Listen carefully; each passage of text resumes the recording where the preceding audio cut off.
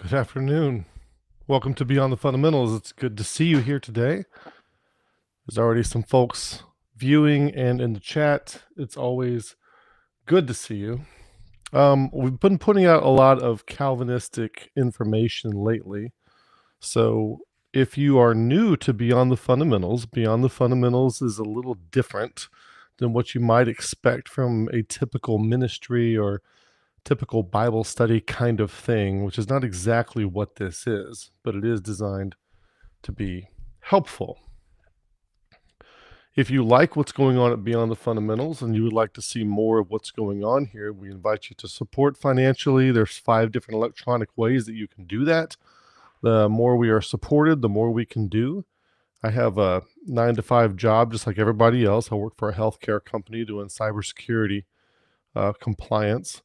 And so that keeps me busy, and I basically have to supplant my time with support that comes from here. It takes a lot of time, space, resources, energy, and money in order to provide, and not to mention hardware, software, and subscriptions, things like that, in order to bring this to you.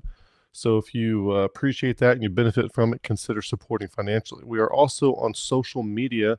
We are now on new social media platforms. I see some of y'all popping in on the chat. It's good to see you. We're on new social media platforms. I'll make this a little bigger for a second because if you happen to like Facebook or Instagram or X, formerly known as Twitter, or TikTok or Snapchat, we are on those platforms. And every time we post a short video, which we've been doing more of lately, you will see it pop up on those platforms. So if you like to follow out there, if you like those platforms, be sure to go follow us out there. That's a lot of fun. It's been a lot of fun. Got a lot. Several of our videos have gotten thousands of views on TikTok already, and on Facebook as well. So that's a lot of fun. What else do we have? We also have online consultations. If people want, if you want a consultation with me, basically you would be paying for my time. I do not purport to be any kind of licensed anything or another. I'm not a counselor. I'm not a coach. I'm not a therapist. But if you would like me to take all of the areas of fluency that we have built on this channel over the years and apply it to your situation, your story, and maybe provide some prompts that you think would help, you can do that. And that is a paid consultation because I can't do it for free for everybody. But it is available, and a lot of people have been taking care of that, taking advantage of that. Would you consider getting on Threads? Yeah, I have no problem not to get on Threads. I'm open to getting on to anything, so any kind of social media platform, just let me know, especially if it's free, something like that. But I am going to have to soon find a way to manage them all because all the comments coming in from all the different areas have been overwhelming to some degree. And Veritax is liking the shorts on the Gospel of John that have been coming in lately, so I appreciate that. So yeah, I'm willing to expand out. I think I need to go to Rumble too. Anyway, we're adding all the time. So if you're new to the channel, this might be kind of hard to see because the writing is small. But if you're new to the channel, our approach is a little different from what you might find on other channels because we see things differently. We see Jesus is the way, not a set of beliefs. Let me get my pen out here. See Jesus as the way, not a set of beliefs. We see that love and agape is the highest priority. And usually in my longer version of this that I do for the Ephesians series every Sunday, which we haven't been doing lately either, I go through all the Bible verses for these, which I have multiple for every one of these. I'm not going to go through that now, just so that you know, though. Christ, the light, the candle of the Lord, is inside, not external. We pay attention to phases of growth and basically see 2 stalks, the xylem and the phloem of growth, are consciousness and capacity. We say believing in our understanding of the gospel is believing the gospel is to embody it, not just affirm the facts of it. We understand enlightenment to be a Bible word and a Bible concept that should be reclaimed from the East. We should not have ceded that territory. There's more in the Bible about enlightenment than there is about regeneration, believe it or not. So why don't we talk about that? And we also have this pillar down here of there is unconscious societal and cultural programming that blinds and inhibits people from clear perception. Why am I showing you these, 7 things? The reason is because when you hear me talk and you hear things that sound a little different than what you might expect, a lot of people listen to Christian, teachers. We don't proclaim to teach anything here, by the way. We're not teaching anything. We're just sharing perspective. Then if it helps you, great. If it doesn't, don't. We don't want little BTF repeaters around here just saying what I say. We don't want you to do that. We want you to think, okay? And that might involve disagreeing with me, and that's fine. We want that. But we don't want it from a place of unconscious programming. Anyway, when you find something that sounds a little off, a little different, it's probably because of these 7 things right here. We differ from what you might find in conventional Christianity. Now, today, I'm not going to spend a lot of time. I always have these commenters that say, by the way, go ahead and take a screenshot of this right now. If you want all the Bible verses for what we're going to talk about today, go ahead and screenshot this. We're not going to take the time to go through all the verses for what we're going to say today. I always have some stage 3, stage 2 people popping in and say, I listened for 5 minutes and I never heard a single Bible verse. I'm not listening anymore. We always have those people. So here's your little Bible verses. But the point is, we've covered all the scripture for what we're going to say on our previous content, and we highly encourage you to go look at that. We have a video on Paul's transformation model. We had a stages of growth primer back in 2023, the beginning of that. We did an analysis of Tyler Vela's deconversion, which is also kind of a practicum on how the stages of growth work. I also put out a video not too long ago on how I quickly assess someone's growth stage. So what you're getting today, you could consider it more of an advanced approach for people who are familiar with where we're coming from and what our approach is, and not so much this kind of session is not so much designed to prove or to convince or to persuade. It's to help people increase their fluency in these things that already understand the value of doing so. I'm not here to try to convince you of the value or of the legitimacy or validity of doing so. I am here to help those who already see the value in understanding growth models and growth structures and the biblical support behind them. So we already have a lot of content, and we have a lot more content than this, but these are some of the main ones that have come out. There are 5 things, and we're starting the session now, so pay close attention, okay? Yes, got Roddy in there saying, yes, amen, enlightenment. We have 5 things. Now, when I say 5 things, okay, they are not 5 things. This is not a limit list, okay? There are more than 5 things, but we're going to look at 5 of them today. I want you to understand it that way. Don't get the idea that I have found the last 5 things to consider. It's not like that, okay? For the sake of time, I'm only considering 5 things. There are 5 things that as you mature, they tend to become more vested in the center of yourself and who you are. Now, the Bible language for this would be something like, you have the law of God written on your heart. And that is not like, that shouldn't be understood as, oh, I've memorized the entire law and I know it by heart. It's not that kind of thing.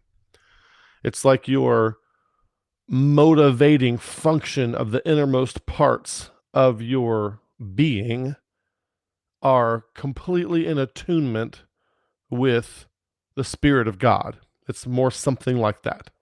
And you navigate and negotiate it like you would surfing. It's something that you're constantly doing. Something's always moving, okay? It's always a movement to it. So I want you to envision these things as coming toward you. And we're going to talk about these 5 things.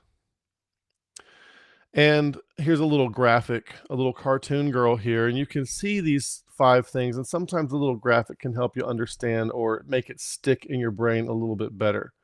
And so what you would see is your locus. We call them the 5 loci of maturity, or loci of maturity, I think is the more modern way to pronounce the plural of locus. I'm not saying locust like the bug.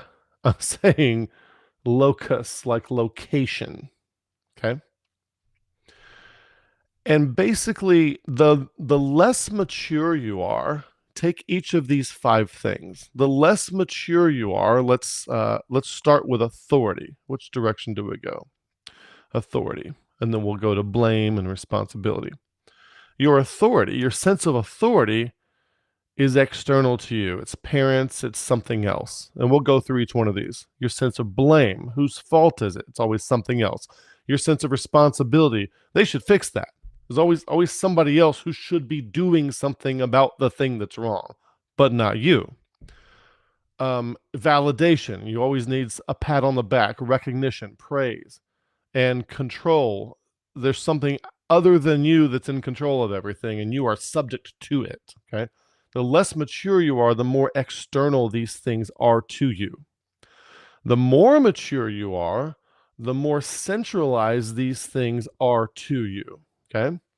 So when you're less mature, you need externally imposed moral guidance, or you won't know what to do.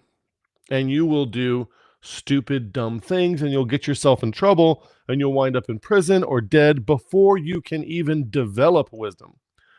The guidance that's given in the New Testament, and this is very important for you to understand. This is gonna sound like heresy at first, okay? But the guidance that's given to you in the New Testament is not intended to be lifelong guidance that you follow until you die. It's not intended to be that. The do's and the don'ts, the vices and the virtues, all that kind of stuff that Paul gives us, for example, like in Galatians 5, you got the vices and then the virtues, the don'ts and the do's. That is guidance for pre-wisdom people, people in whom wisdom has not been cultivated. Because if wisdom has been cultivated in you, you don't need somebody externally telling you what to do. Okay? Because you have wisdom, because you have the law written on your heart. If you try to specify rules, regulations, and laws, the problem is we tend to overestimate our ability to pre-specify relevance. And we see that that's why the founders wanted our Constitution to be something that you can make amendments to, because we don't have the sagacity, the ability to see into the future, all the different locations and scenarios in which we might find ourselves that might make a different rule set or set of guidelines more appropriate to accomplish our values in that scenario. Okay? So the more mature you get, the less rigid you feel about needing to have things specified and written down to the finest detail, because you've got it. You can figure it out. You can control the surfboard yourself without somebody else having to hold it for you. You don't need training wheels anymore. For somebody who doesn't understand how a bike keeps its balance when you start going forward, the idea of not using training wheels just sounds bizarre. Like, how do you do that? What's holding you up? Or like in the Superman movie, he goes, I've got you. And she goes, you got me. Who's got you? Okay. People who are more mature have more capabilities. And the people who are less mature don't understand those capabilities because they can't put themselves in that scenario and imagine it going well. Imagine tightrope walking between 2 skyscrapers while you're juggling. We'd probably all fall and die, okay? Because we can't do that. Can't imagine doing that. But somebody who has cultivated that capacity can do that. And there's some people who can do that kind of stuff with relative ease, especially compared to what it would take for us. I don't know about you. I don't really go tight roping that often. So we have the locus of authority. And I was going to split this down into different sub things, but I'm like, that might be too hard to follow. So I'm just going to do the first 5 so you know what we're covering first. A locus of blame, responsibility, validation, and control. These all move inward as you mature. And you can listen to the way people talk. The further out they are with these things, the more they're, we'll get to it. We'll see. The more you can tell how mature they are. The more responsible self-responsibility and ownership language they have, the more mature they are, typically. Okay. What do my notes say here? Aha. That's interesting there. I might make this a little bit bigger and read it just for your benefit. Relationships. Let me see if I can make this font bigger. I believe I can. Relationships in the immature are based on 2 or more people orienting together to something that is outside of and more authoritative than both of them. These can be anything from a young married couple who thinks that getting closer to God means getting closer to each other, or a church community or having solidarity in the recognition and veneration of certain transcendent beings and their authority structures, and that's the basis for relating. Oh, we all go to the same church. I thought I made this like this. Here we go. So you can see it better. The problem is that there is no authentic self to relate to others. So when commonality is no longer shared, the relatability becomes unmoored. So if you take a married couple, for example, and you're like, oh, the closer we get to God, the closer we get to each other. And then one spouse starts to see things differently.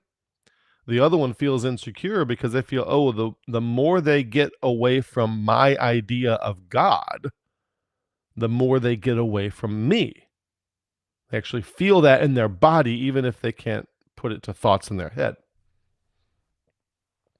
So this is why being disfellowshipped from a stage 2 or a stage 3 church results in disruption of social circles, because all the people in there are immature and they're relating to avatars of each other based on proxies, and nobody there is capable of relating straight to people as they are. They're relating on the basis of some sort of shared external authority proxy. And even young married couples do this. And so when I'm counseling people before marriage, I am a wedding officiator. Just did one a few weeks ago, as a matter of fact.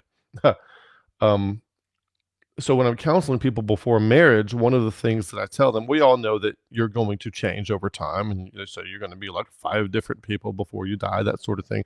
Well, it really helps if you know what those are going to be and you agree to navigate those together.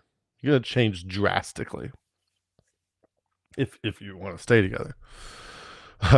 So the more mature and whole a person grows, the more they can genuinely relate person to person without a transcendent or hierarchical proxy to facilitate relating. In other words, you could marry somebody successfully and not see God the same way because you're relating straight to each other. Okay. Somebody said Calvinism equals maturity. No, Calvinism is the opposite.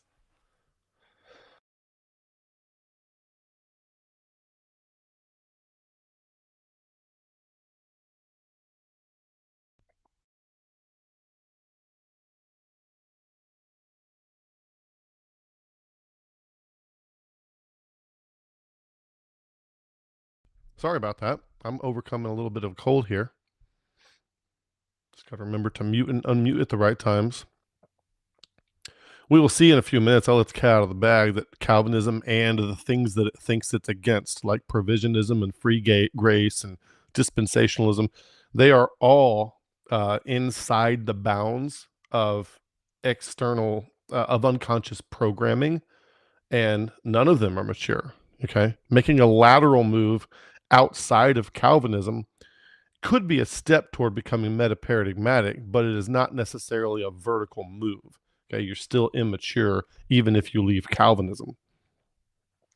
and you need to become metaparadigmatic, which brings us to our next 5 points. Our next 5 points is the 5 loci of maturity that are going outward, or really these loci should be called horizons.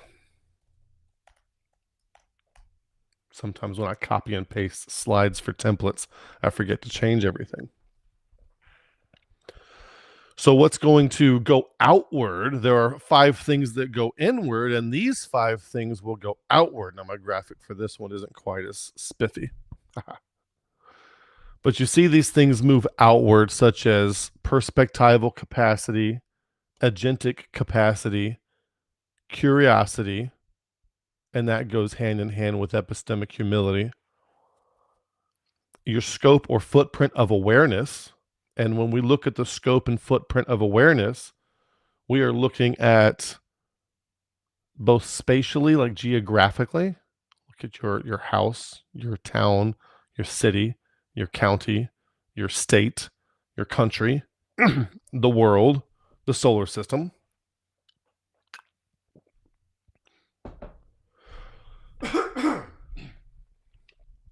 And then the 5th thing is something that starts to move outward, is being metaparadigmatic, okay? So if you are if you're a Calvinist or a Provisionist or an Arminian or a Mormon, a Jehovah's Witness, or you worship Anton LaVey, all of that is exactly the same. There's no difference between any of that. It's all propositionalism, okay? It's all the same thing. And changing the content of what's in that propositional erector set doesn't matter because it's propositionally normative. So moving from, say, Calvinism, making a lateral move over to provisionism is a good step, and often a necessary step to become metaparadigmatic, but you don't want to be captured by any paradigm. You want to be outside, beyond the paradigm. So you want to become a way where you're not trapped inside a particular paradigm like Calvinism or provisionism or dispensationalism. Being in any one of those are all lateral things that are below the threshold of 2nd-tier consciousness. You're still in 1st-tier consciousness for any of those.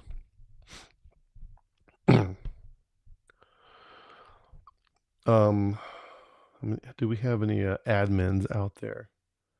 If you notice anybody spamming, we don't want comments that are just yibber-yabbering, like Calvinist talking points or something like that. This is not what this is for. So if we need to delete somebody, feel free to do that. I know I see a couple of you admins out there. A couple of you moderators. So these things will move out from a person as you get older. Your curiosity is very limited. Now, I understand a child is, oh, why is the sky blue? Your curiosity is higher. But what happens is once we get our programming set in, our societal programming, we start picking teams and choosing sides, and we become less curious and less humble. A child knows they don't know. So that's one of the reasons Jesus says is, except ye be converted and become as a little child, you shall in no case enter the kingdom of heaven. Is because you have to have a beginner's mind, you need to have epistemic humility, and a child's mind when it comes to the sake of curiosity. Epistemic humility, okay? So I'm going to give you a comparison here of a mature person versus a not so mature person. The mature person is on top, and the not so mature person's on the bottom. And I mean, just in case you want to see females depicted, we can do the same thing. You know, we got icons for both of them, and the arrows don't change at all. But just want to kind of give you an idea. What you see down here is your scope of capacity. How much can you do effectively? And then we have a scope of concern. And then we have a scope of awareness and a desire for moralistic imposition. Okay. So when you're young, your scope of capacity, what you can effectively do that genuinely helps situations and makes complex systems better without breaking something else is very limited, typically. Now, I know sometimes there will be an exception. Maybe Timothy was an exception. Let no man despise it because of thy youth. But he also says, don't let a novice become a bishop either. So there's got to be a balance there. Then there's your scope of awareness. Your scope of awareness, notice the scope of concern. Your scope of concern, maybe you're a young evangelical and you're like, oh, I have to save everybody. I have to get everybody saved. I have to get them all. They all have to be King James only. They all have to be premillennial fundamental dispensationalists, and they all have to wear skirts and dresses, and they can't watch TV, and they can't watch rated R movies, and they can never go to the beach. And if I don't have everybody like that, then all the people who aren't exactly like that are going to go to hell. And I am concerned for them. I don't want them to go to hell. So your scope of concern is just far-reaching to the ends of the earth. We're sending missionaries everywhere. We have worldwide missions, and we're going to get all the people to bow to this one thing that we all think is right.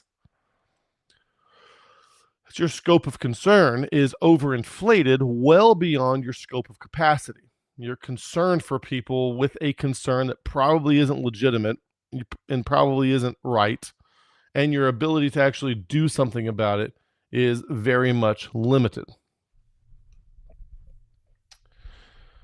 Okay. What do we have here? This guy. We don't, Mark Clar 2012. I need you to stop posting Calvinist talking points, okay? Go watch our Calvinist viewer disclaimer, okay? And then if you want to make Calvinist talking points, if you want to be the computer that's occupying human meat flesh in order to restate Calvinist talking points, then you can go do so under the videos that are about those things that you're commenting on, because that's not what this session is about, okay? Yeah. Roberta, you can feel free to delete any comments that are about Calvinism or anything else if you don't have to, but if you don't mind. If people aren't making comments about what we're talking about here, yeah, it's just a distraction. Roddy says, yeah, don't make these things your identity. Then criticisms of these things won't be a personal attack. That's exactly right. And we're going to be getting into that. So then you have this desire for moralistic imposition. Like, everybody must do this. Everybody must do CrossFit. Everybody must be a vegan. Everybody must vote Democrat. Everybody must be for or against abortion. You have this thinking of what you think is right or the way things should be. Is like, I must do it everywhere this way. It must be this way everywhere. And as you get older, you start to... And you'll notice that the language for the immature is always moralistic language. I had one guy comment on one of my Calvinism videos earlier today, and they said they didn't address the content at all because they can't, and they never do. They're like, they said something, and then they said, because you hate the sovereignty of God, blah, blah, blah, blah. There's no curiosity. And it's moral. You hate one of these attributes of God. You hate it.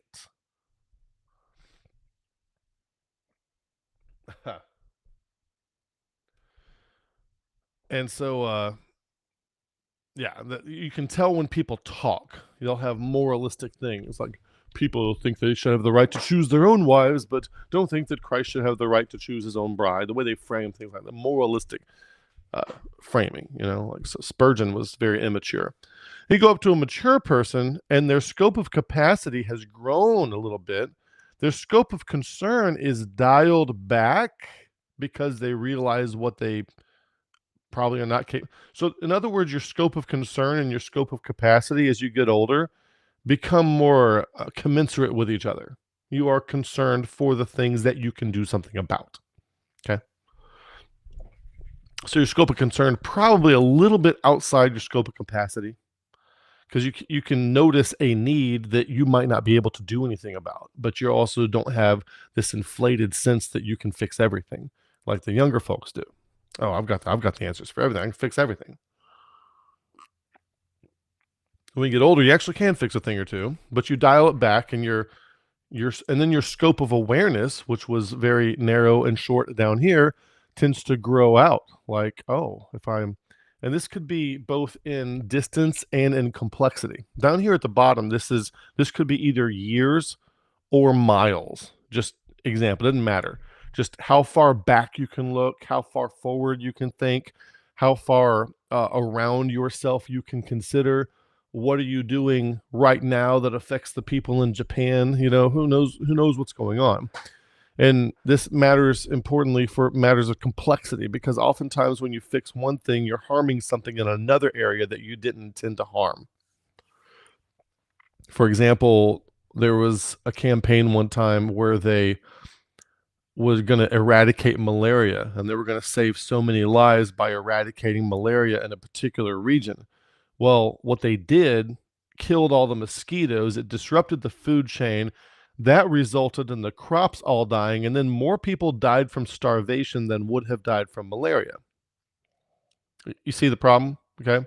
So what that is your scope of awareness doesn't have a lot of quality to it. Oh, I'm concerned for these people over here that could die from malaria, and I want to do something.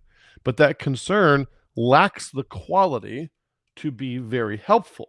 You wind up harming more than you hurt, because a good intention winds up having a negative consequence that you didn't foresee.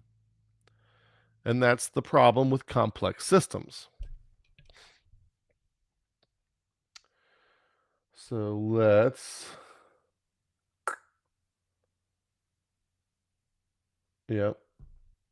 do that for now. Yeah, there we go.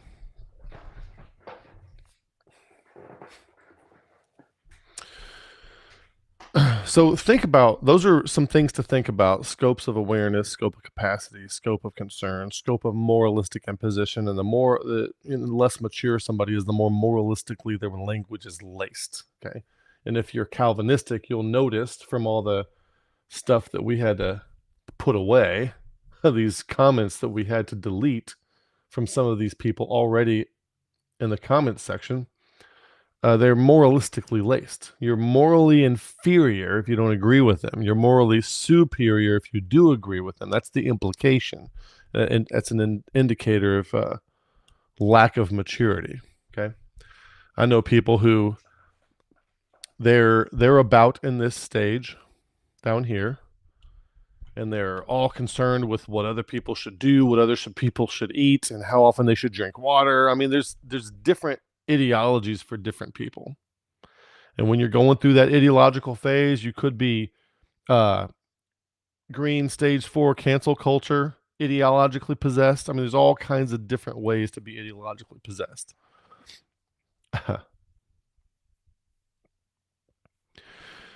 And so we did a video talking about our unconscious programming. There are 11 areas of unconscious programming that we covered. And we're not going to re-go over them now, because, well, we're not going to go through as in depth as we did before, because we already have a video on this. But everybody in our society is affected by Cartesian duality, Newtonian cosmology, post-enlightenment rationalism, materialist reductionism, propositional normativity, left hemisphere dominance, literal level only interpretation, moral ideological valence, and God having centralized locality and processing. You don't even know you have that. You see, you would never describe it that way because you don't know you think that way. I know you think that way. Your genetics predispose you to certain thing, and the presumption that the ego is the self. There are 11 things there, and you will notice that there are 12 sides to this object here. What is it? Is it a decagon? No, it's a dodecagon. Not a dodecahedron, because that's like spherical. It's 3-dimensional. So it's a dodecagon, I think, something like that. Yeah, the road to hell is often paved with good intentions, like the Stain song says.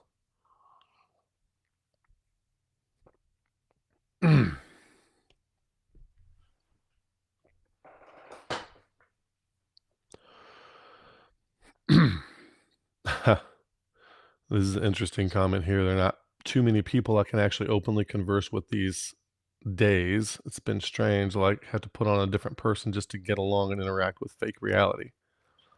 It's interesting. It reminds me of a Ron White joke, which is completely inappropriate for here. But sometimes what I encounter a lot, people are having, especially like people who are having trouble in their church. People can sometimes be troublesome. And if you're having a tough time, I'm not necessarily saying that you're the one that's causing the problem, but if it's very difficult to have relations with people, just normal relations with people, problem might be you. You might be too ideologically possessed to be able to get along. Paul and I have a lot of diverse kinds of friends with a lot of diverse kinds of beliefs and activities and interests, and we get along with all of them just fine. So it'd be interesting to see what the issue is there. So inside these 12 things, and yeah, that last one down there, I covered 11 things. And the last one is because it's not just 11 things. There's all kinds of things blinding people. And there's needs to be room for discovering what those other things are. If you are a Christian leader, hopefully you're in tier 2 consciousness. If you're a Christian leader in second half of life wisdom, your job is to figure out what the unconscious programming is of the people you're trying to help and try to disabuse them of their unconscious programming. What Christianity does right now just puts information into people. We indoctrinate and program people. But without taking first out the old, you can't put anything new in there. Okay, so you have to take out the old. There's this old, several stories, because this has happened multiple times, where some great thinker goes to like a Zen Buddhist guru, and they go to a tea party, and they're trying to get wisdom and enlightenment from the guru. And they go to the tea ceremony, and when the guru is pouring, or the Zen master, whatever you want to call it, is pouring the tea for the guest, it keeps pouring, and the cup overflows, and the cup overflows, and the cup overflows until all the tea is gone. There's just a mess everywhere. And the guest is always like, "What are you doing? The cup was full a long time ago." And then the Zen master will say something like, "The cup is you. You are too full of all kinds of things that you already think, and you will not be able to hear anything that I have to teach you. We must first empty the cup before we can put anything in it." And that cup is full of all this unconscious programming. And anybody who is, "I'm a Calvinist, I'm covenantal theology, I'm a provisionist, I'm Arminian, I'm free grace, I'm dispensational," you are in this program. Yet you actually have even more layers of the programming. You have all this programming over here, and you have to be disabused of any of that before you can actually walk in the way that is Christ.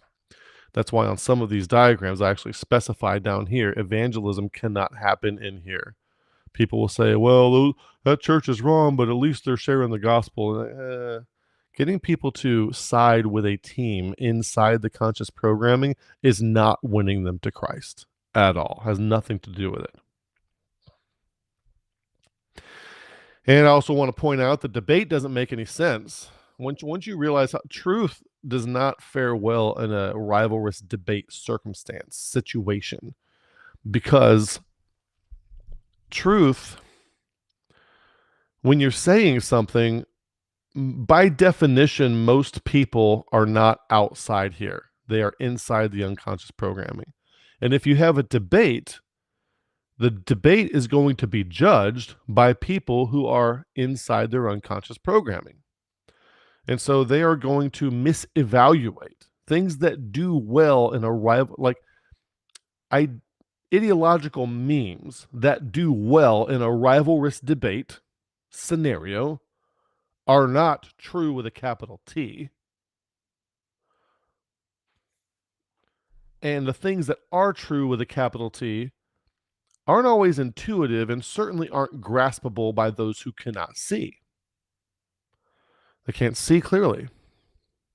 And the people who can see clearly, they don't need debate to happen because they can already see clearly. The less mature you are, the more you are holding on to a certain formation of words that point to a thing. You're holding on to the pointers. The more mature you are, the more you can see, and the less you need the pointers because you can see it. The other day, my wife and I were going to Texas Roadhouse to meet my dad and have dinner with him for his birthday. And I was putting it into the GPS, even though from where we were, I could see the Texas Roadhouse from where we were. So I really didn't need the GPS because I could see it. I could just drive there. Why use the GPS? And it's that kind of thing to where the all of your dogma and your systems and your Calvinism and provisionism, that's like a GPS. And the only reason you need a GPS is because you can't see clearly. If you could see clearly, you wouldn't need that stuff.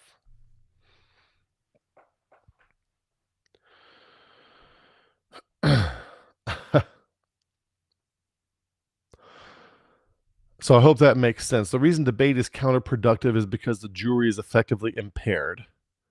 Thus, debate only serves to bolster the impairment.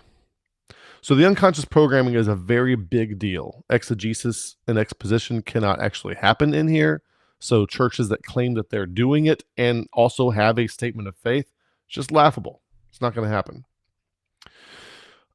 So I want to talk to you now about 3 pillars of growth that need to be in place for you, okay?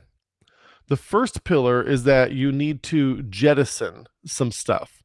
Your brain, your mind is like a house that belongs to a hoarder, okay? And that hoarder, it's just full of junk. It's just full of junk, and all that junk needs to go. But as things go with hoarders, they cannot bring themselves to let go of the junk. They just need it. They just need the junk. They can't bring themselves to let go of it. And that's where a genuine spiritual elder can help you facilitate the letting go that needs to happen. So this person who is still in basically this first pillar here is you need to identify your unconscious programming and start becoming unprogrammed, okay? And that takes a while. It takes a while to realize what it is and retune your intuitions away from it. So while a person is in there, while they are inside this unconscious programming in the box in here, okay? They're in with all these different ideologies. While they are in here, doesn't matter which one, Mormonism, okay? Doesn't matter. They're all the same. Doesn't matter which one. While they are in there, they cannot contribute to groundbreaking exploration until the clutter is cleared. They don't have the capacity. Some people say, well, if you're supposed to be more, perspectively capable, why can't you listen to me? Because you're the 70,000th Calvinist that I've talked to. And that's one perspective. Calvinism is one perspective. It has the Borg representing it in unison, but it is one perspective with a zombie horde as its territory. Okay? So once you hear the perspective and consider it, which I have because I used to be a Calvinist, I don't need to hear it again. I don't need to read the same thing on a different page, and I don't need to hear the same beliefs come out of a different mouth. Okay? I don't need to hear the same wrong interpretations of scripture come from a different mouth or be typed by different fingers. It's one perspective that's already been considered. Okay? So not being interested in somebody who is just an ideologue is not the same thing as not having perspectival capacity. It's very, very different. Is this lecture about deconstructionism? No, I do have a follow-on coming. I'm going to talk soon about what's better than deconstruction and how deconstruction can be avoided while also there are some benefits to deconstruction. So I'll talk about how to avoid the bad and take the good with deconstruction, but it probably should not be called deconstruction. As a matter of fact, I might even get you guys to help me name it. That'll be kind of interesting. But no, it's not about deconstruction. This is about the 5 loci of maturity and the 5 horizons of maturity. And there are 3 pillars that we're talking about right now. So I'm telling you what we're talking about. Just if you just listen. When people ask this kind of question, what they're trying to do is their left hemisphere is trying to categorize and map what's going on to something that they think they've already figured out, because they're not doing a very good job of listening on the fly. And hearing like this, exegesis is the way to Calvinism, so we need to get rid of it, right? No, exegesis is not the way to Calvinism. Exegesis is way out. The problem is that exegesis can't happen in here. Exegesis is great, but it can't happen in here. So a Calvinist cannot exegete Scripture. By definition, they cannot exegete Scripture. And the more stuff you add in here, the worse they are going to be at it, okay? So Greek or Hebrew is not going to help you inside here. It will only help you outside here. So if you're inside here like James White, doesn't matter how much Greek you can fluently spew out of your mouth, you have not gotten past the first pillar of growth, which is to be disabused of the hoarded clutter mind unconscious programming. So don't hear things that I'm not saying, okay? You're not the first person to do that. So you need to get the junk out. The second pillar of growth is you need to develop fluency in growth models. And I have this understanding growth models. I use the phrase spiritual puberty. You have the talk with your kids before they go through puberty. And you're like, your body's going to undergo some changes. Things are going to be different. Your voice is going to change. You're going to start growing hair in weird places. You have this talk with your kids. Things will change. Well, as the child is to the adult is to the sage. So if the adult is going to become a sage, we need to tell people, we need actual genuine elders to explain to people that your soul and spirit and your mind are going to undergo some changes. And you can kind of think of it as something like a spiritual puberty. There are going to be some changes in the shapes, mechanisms, ways you do and don't think.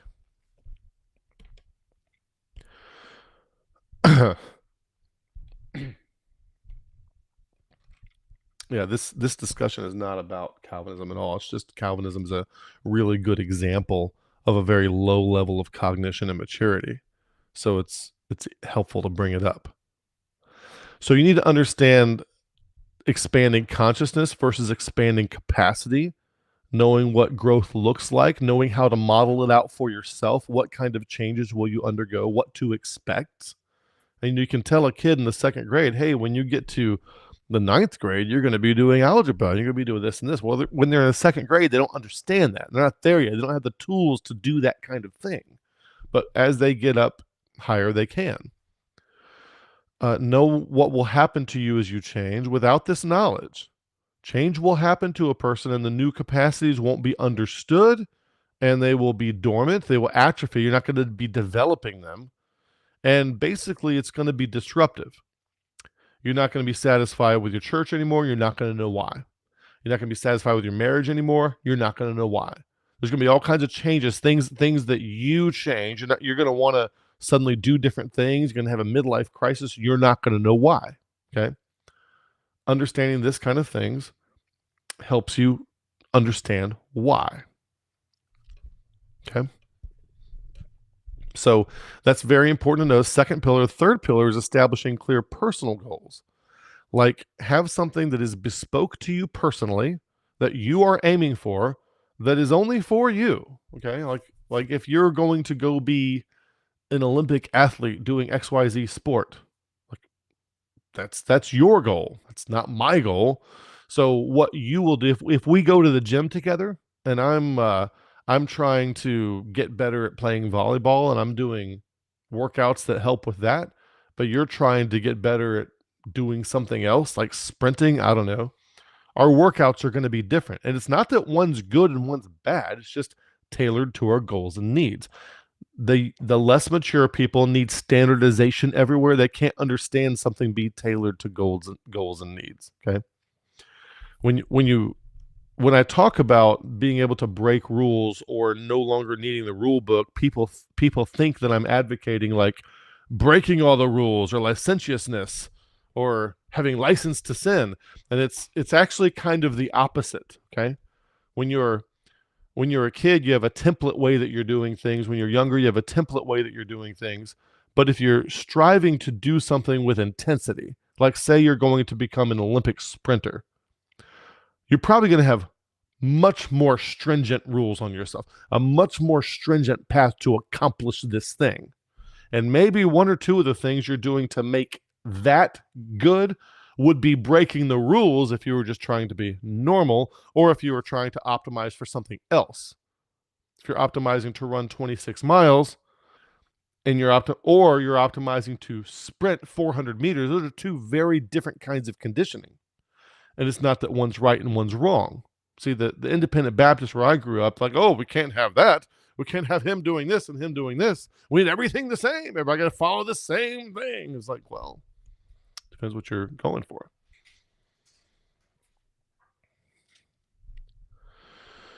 So you need to understand what your goals are, what you're aiming for, and you will adjust that as you go. Okay.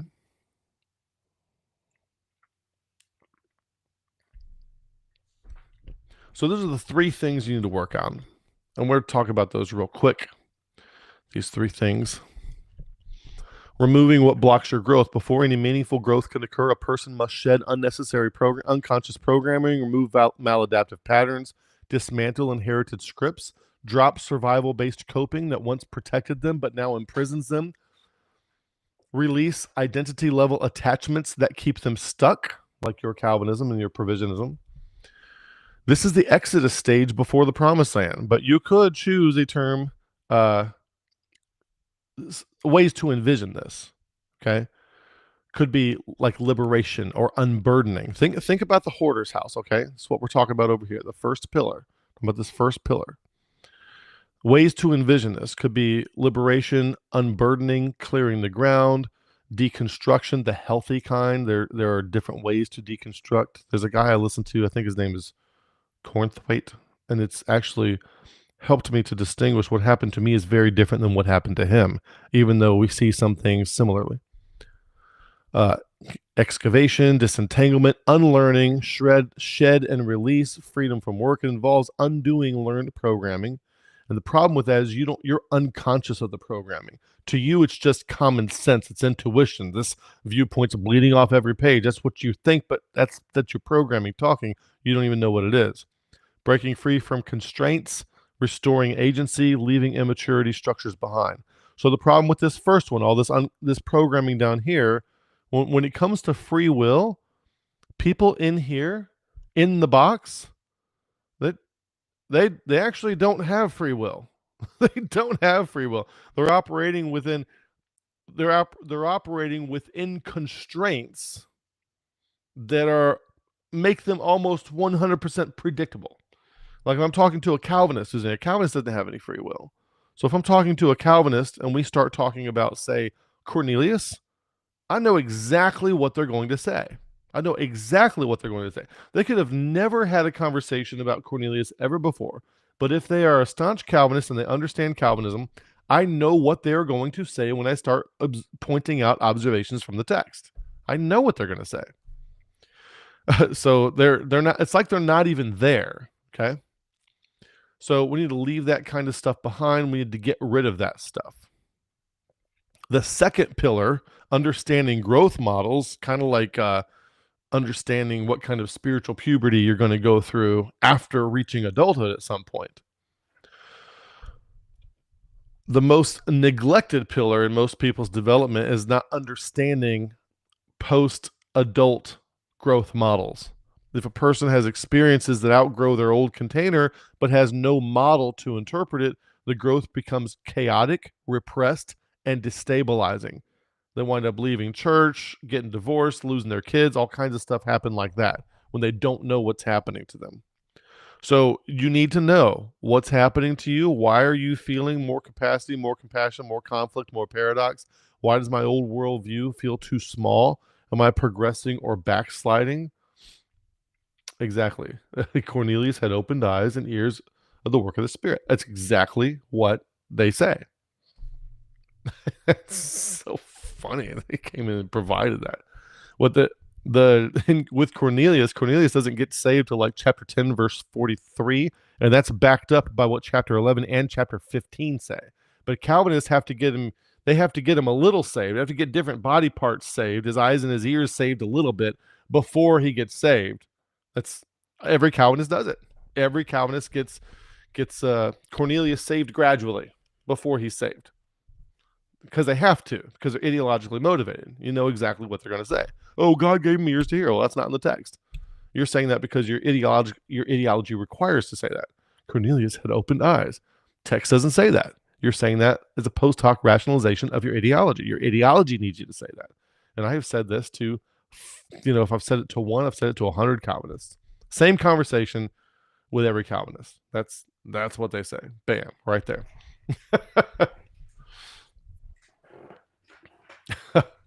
Now, I'm not advocating for free will. I never have. What I'm just saying is that inside here, if you're an ideologue in here, you don't have any. Okay? If you're a Calvinist, provisionist, you don't have any. Your body has the capacity for free choice, but it exists out here, not in here. So you need to get rid of all this unconscious programming.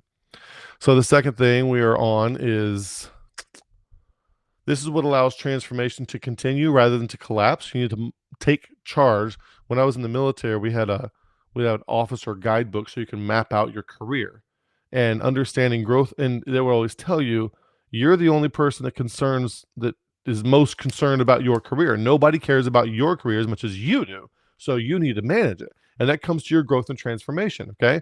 Your stage 3, stage 2 pastor at your, church doesn't understand any of this. They are not going to help you get out of stage 3. They are going to accuse you of backsliding when you leave stage 3. You are then going to become the enemy. Ways to envision the second pillar, understanding growth models, is something like orientation, awareness, frameworks for flourishing. Growth literacy is the main one that I hope stands out to you. Developmental awareness, conscious understanding, mapping of maturity, a map of maturity, inner cartography, growth intelligence. Growth literacy needs to become intuitive. It's a skill you can have, having growth assessment literacy to assess yourself and people that you're dealing with. Growth is something that can be understood, tracked, and consciously navigated. It's not just some magical thing that happens. Every church you go to talks about that. They will say, oh, it's good to grow, it's good to transform, want to be more like the image of Christ. Do they have any mechanism in place to evaluate if you're further along than you were before, or how to select goals, or what behaviors or thought patterns constitute growth? That's what we're here for. No, they don't. I'm just, short answer. No, they don't. That's what we're here for. The third one was establishing clear goals and metrics, and these are going to be personal to you. This is the executive function pillar, capabilities. You purge your old programming, you understand growth conceptually, and now, without direction, if you don't have a particular goal that you are aiming for, then your growth is going to be episodic, accidental, reactive, and unfocused. You don't want it to be any of those things. You want it to be proactive and intentional. This pillar is where the person becomes the author of their life, not just the subject of their circumstances. We are co-creating the reality in which we live by everything that we do. We talk about that in our Ephesians series a lot more, so I'm not going to go. Like, okay, this kind of guy. If you can read John Owen, you are mature. If you don't realize what a doofus John Owen is, you have no business calling yourself a Christian. Let me see. How long do I want to hide this guy? I'll do 30 minutes and see if he learns a lesson between now and then.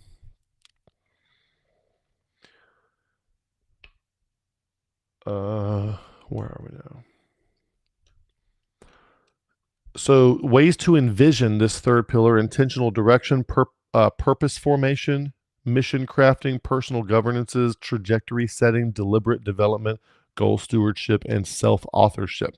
As Vervaeke is fond of using the word autopoiesis, coined by biologists Maturana and Varela, if I'm not mistaken. it basically means self-creation. So you're making your future self. You are designing. It's weird. It's this co-creating thing where you are creating your future self, and in some sense, a way to envision it is that your future self is already there, pulling you along toward itself to become better like it. And in some ways, if you're becoming like Christ, then your future self is the Christ you're becoming. Think about that. This involves autonomy, agency, personal mission, identity level empowerment, and responsibility. So you can envision these three things like this: disentanglement, growth, literacy, and self authorship. And then we're going to move forward. Locus of authority. These are the things that are going to move closer inside you as the graphic. They're going to become more vested in the self as our graphic portrayed earlier. Okay. So let's look at what these things are. First one is a locus of authority, including moral authority. When you are younger, it must be externally imposed from something like a rule book, an institution, a preacher, a parent, a tribal identity, a political ideology. Y'all need that to be bigger so you can see it. A political ideology, a tribal identity, a sacred text interpreted by somebody else. They do not experience morality as something that emerges from inner discernment, empathy, systems awareness, or wisdom. Moral wisdom comes from experience, being oriented toward a goal. This is what you want down here. Moral wisdom, as you grow, as you mature, comes from experience being oriented toward a goal, coupled with lessons from successes and failures that are results of your own choices, which is what the rest of that should say. I should have finished that thought when I was typing that. So when you are not mature, morality must be clear, black and white, rule-bound, externally enforced, simple enough to not require introspection. And it is very much moral. So Jonathan Haidt talks about the 6 moral foundations: care, harm, liberty, oppression, fairness, cheating, loyalty, betrayal, authority, subversion, sanctity, degradation. So if you're talking to somebody who is an ideologue and they are immature, well, being an ideologue and being immature go together. Like, especially in the religious realm, if they're staunch Calvinist, Mormon, provisionist, Jehovah's Witness, anything like that, you're going to get a lot of this, a lot of authority subversion, moral language, moral implications, and a lot of sanctity degradation implications. And maybe a little loyalty, betrayal, moral implications. And the less mature a person is, the more moralistic their language and thinking is. The more mature they are, the more they dial back on the moralistic stuff, and the more functional they are. Now, when I talk about this, people get me wrong. They're like, well, shouldn't you be moralistic? Isn't it immoral to kill people? Shouldn't do something like that. And you're not understanding what I'm saying, or I'm not communicating it clearly. What I'm talking about is when it comes to beliefs and dogma. I'm not talking about actions on whether or not you should kill people. Okay, of course you shouldn't kill anybody. That's when it's appropriate to be moralistic. But when it comes to, oh, you don't believe in this attribute of God the same way that I do, you must be morally inferior. Of course, people don't say it exactly that way, but that's the implication. This guy says, Kevin does not like Flowers anymore. What happened? So sad. No, me and Flowers are good friends. We like each other. We know we disagree, and we like our disagreements. Okay. Flowers is fine. I don't have a problem with him. I still listen to him. We still talk. We're good. You don't have to dislike people when you are not in the same place as them. And that's another thing of immaturity. Okay. Is that you can get along and not see things the same way. And me and Flowers don't have any problems. I don't, the fact that I see provisionism as another branch of propositionalism doesn't mean that I hate the people who are ensnared by there any more than I hate, preschoolers or kindergartners or second grade. Just because we're not in the same classroom doesn't mean that we hate each other. Okay. Oh, a rare good statement. Moralism and morality are two different things. That's a good way to say that. So the second one, locus of blame. Okay. When somebody is immature, everything is someone else's fault. They're focused on past causes of current struggles.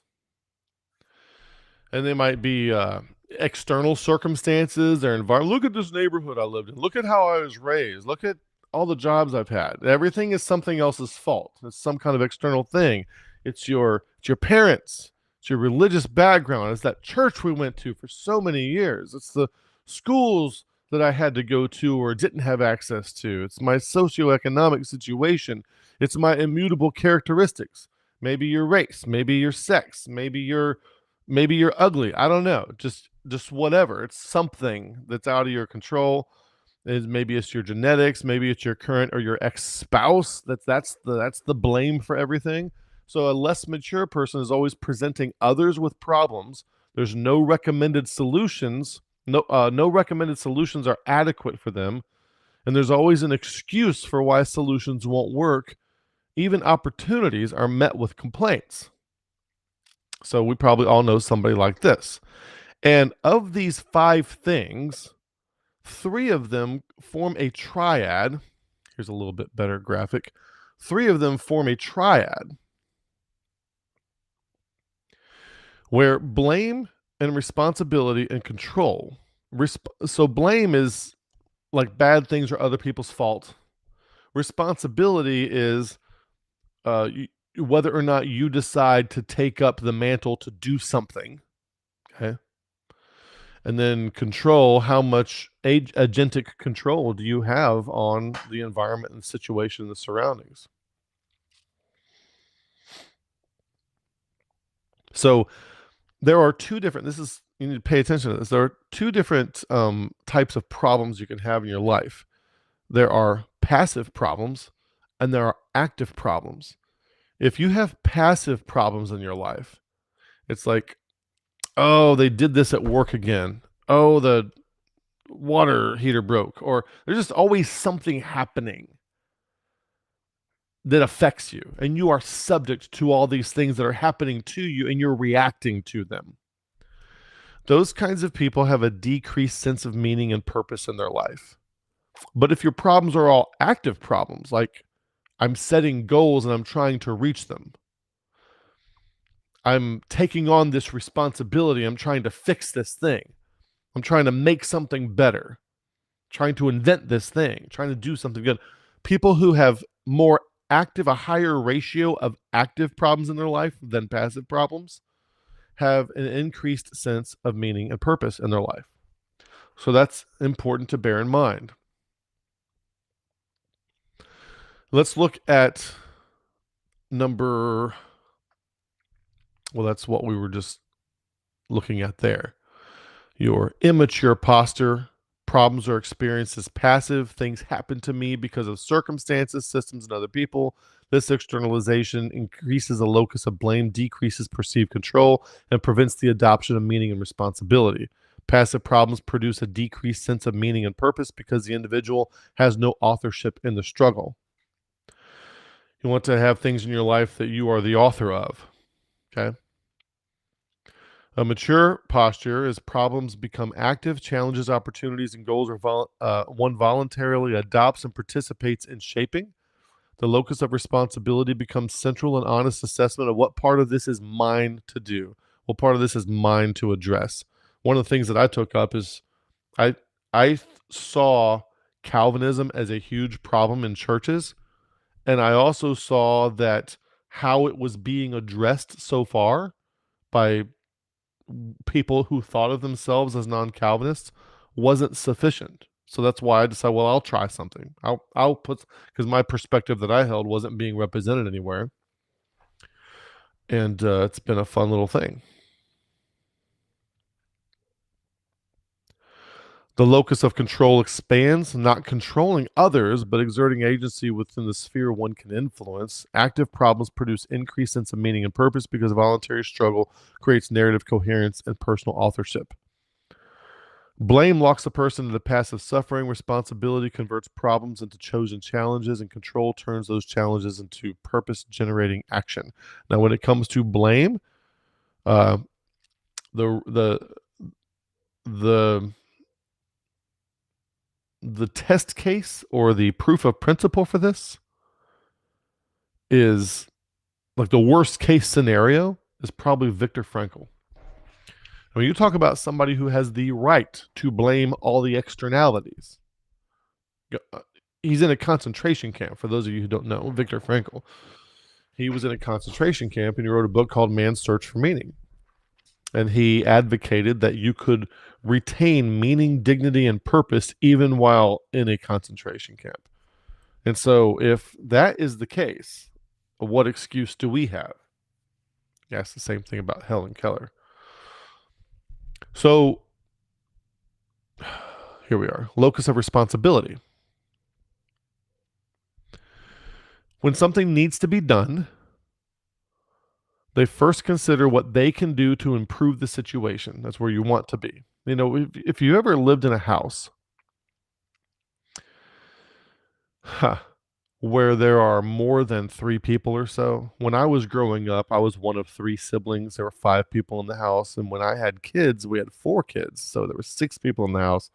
And what you notice when you have more than 3 people in the house, there are a lot of things that get done or left undone that nobody knows who did it.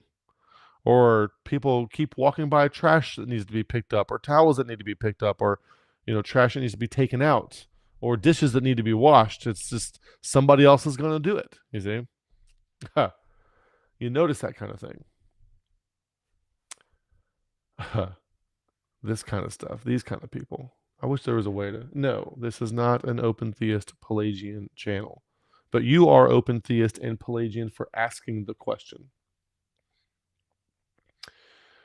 Put him in timeout for, say, 30 minutes and see if that is enough to adjust the attitude.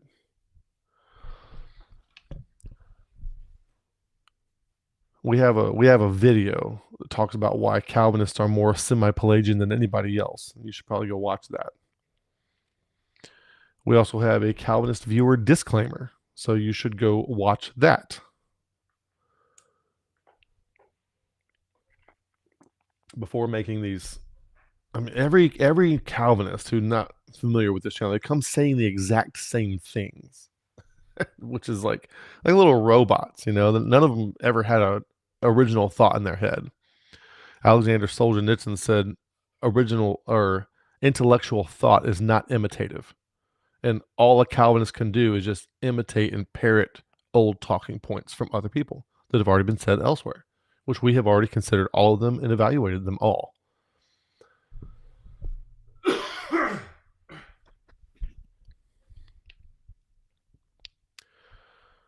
Yes, I don't know where this guy is coming from, but part of our disclaimer is that we do not advocate for free will as an axiomatic premise.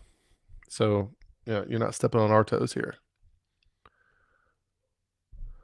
So they'll see things, and when you're more mature, you'll see things that need to be done and not shy away from getting involved, but also know how to not overcommit. Your present circumstances are seen as opportunities. You have daily micro improvements in what you're doing. Setbacks are seen as challenges. Giving up is not an option. You're actively involved in addressing perceived problem. Like one of the things I decided to take on is the problem of Calvinism in Christianity. It's a parasite in the body of Christ. And so when I decided to take on a perceived problem, that's what I'm involved in to some degree.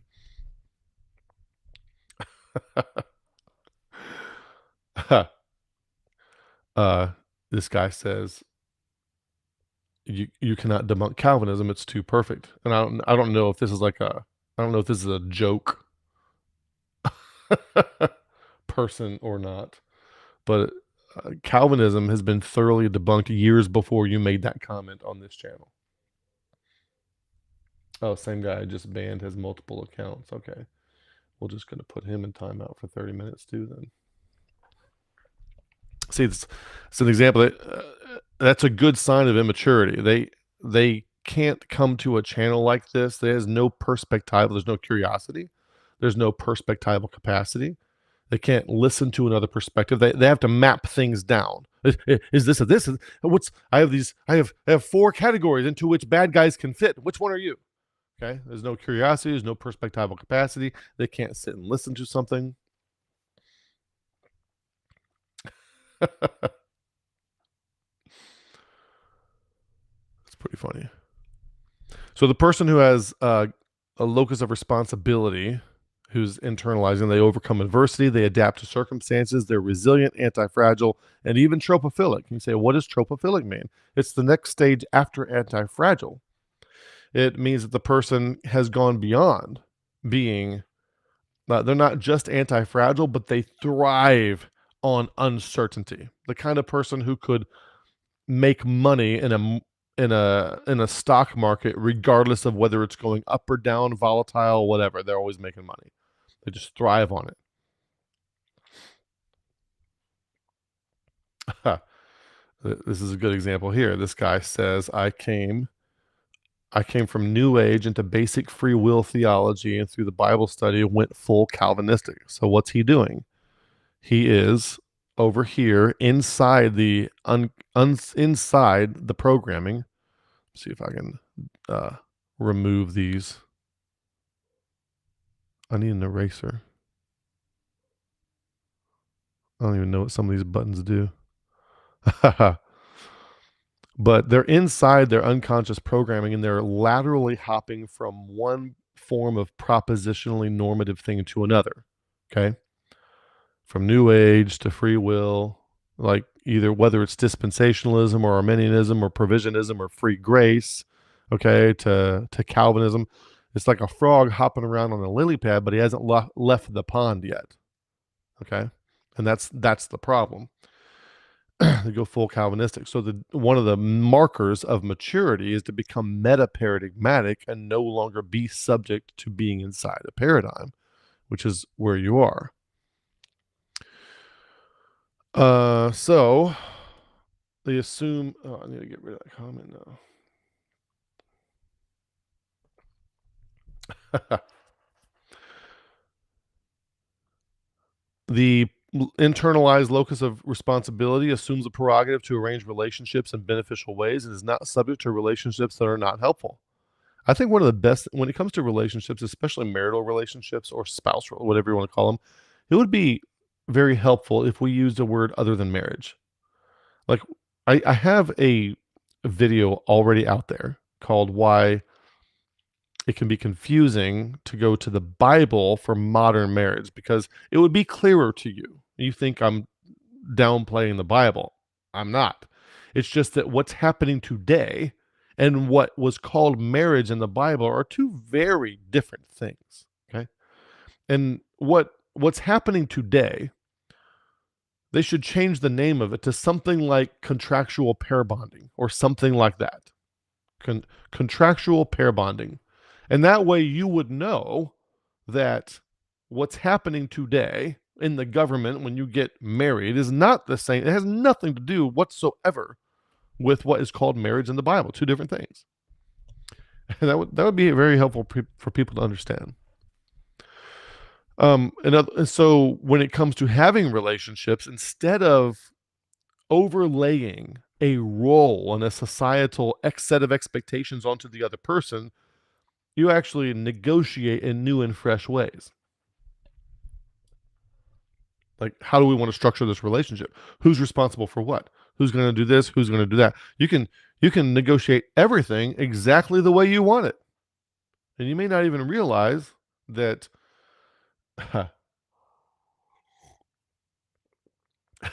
you may not even realize how bad of a situation your marriage does not have to be. Calvinism is as sharp logic and logic math as a result of true, precise exegesis. Okay, this is what's called epistemic arrogance. Okay, and this is a great sign of immaturity right here, an overinflated sense of certainty. Okay. Internal locus of responsibility, you're adept at identifying solution paths to problems, and you have the capacity to assist others. For the fourth one is locus of validation. Now, validation, okay? Getting validated.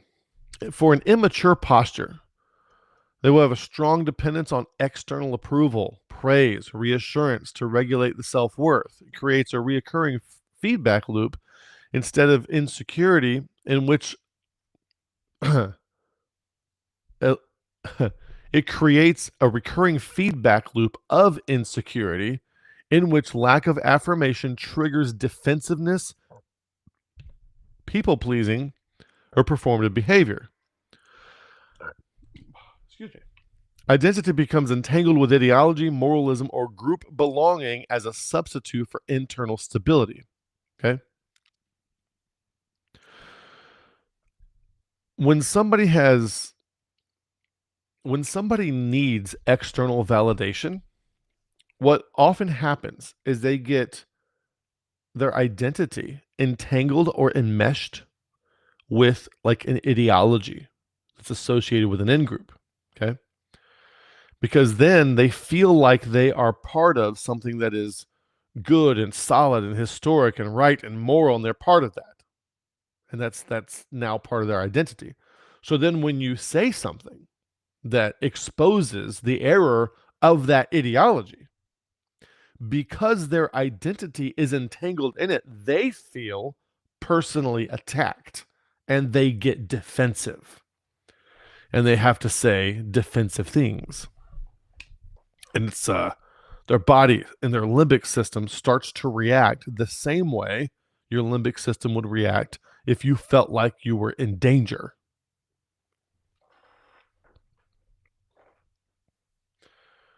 All right. I don't know if we have any put this guy in timeout for 30 minutes. I feel sorry for the people who come here who want this growth and transformation content, and they just have so much spam from the immature ideologues in the comment section.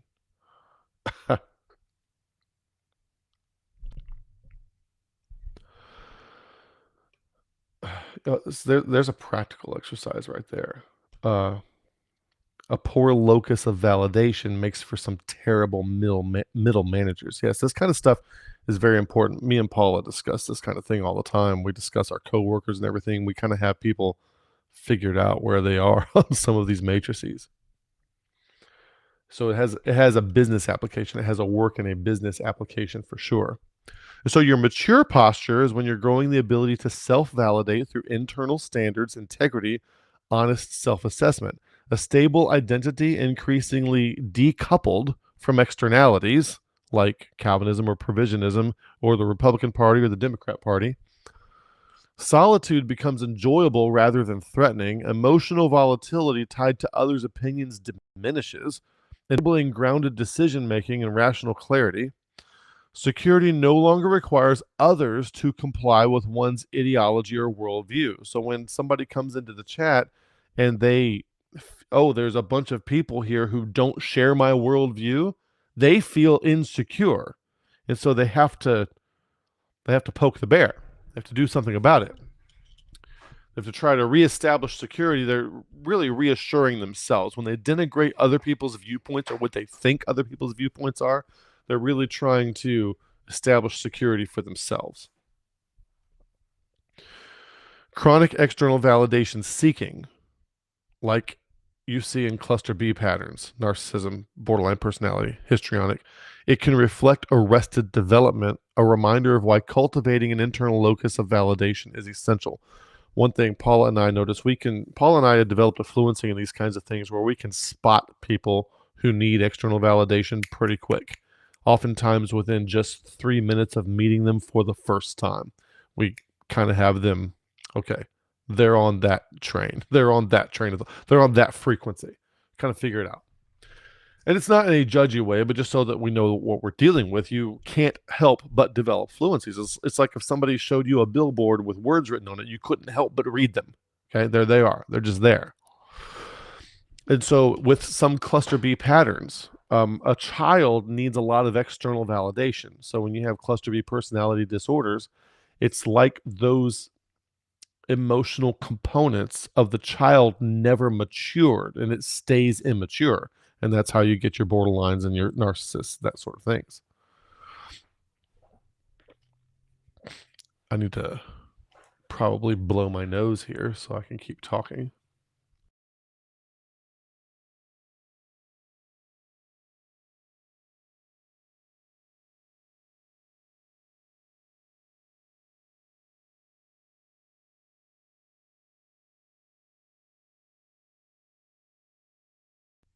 So Geo, I guess I'm going to call him Geo, says, my biggest fear is how can I know that I haven't bought into a belief that is not true, but am blinded by my presuppositions or understanding?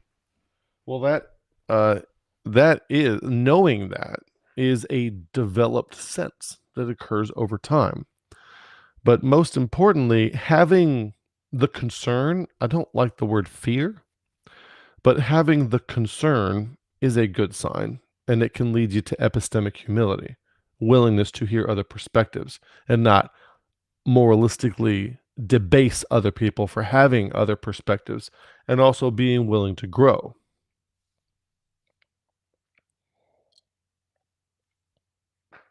And so when you're metaparadigmatic, the best thing really, don't buy into beliefs. Don't buy into beliefs. They say, well, you have to believe in Jesus or you're going to go to hell and this kind of thing. Okay. Start with simple things, but don't fall for these systems where you have to have all this stuff different ways. God is beyond us and he's unknowable, but here's his 5 attributes. No.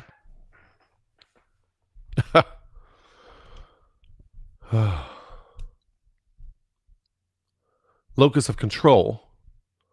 When it comes to the locus of control, the immature posture, which we'll deal with first, the immature posture perceives life as something that happens to them rather than something that they can influence. They tend to externalize responsibility, blaming circumstances, systems, luck, or other people for outcomes.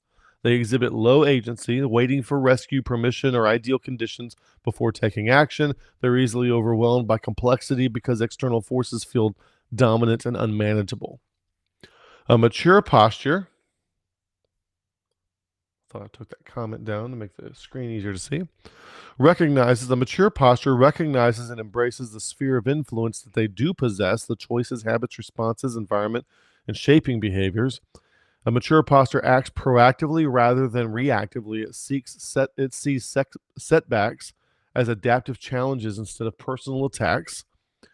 Has an increasing ability to create conditions favorable or desired outcomes through intentional action. That's one way you can evaluate things. Do you get the desired actions from your do you get the desired results from your actions, kind of thing? It develops a steady confidence rooted in agency rather than control over others.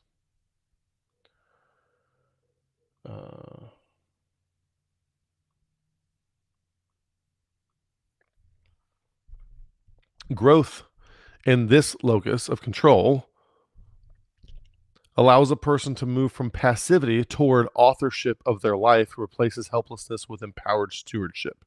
And you can always tell. So those 5 things of authority, blame, validation, responsibility, control, you can tell by talking to somebody in a normal conversation where these loci are for them. Okay.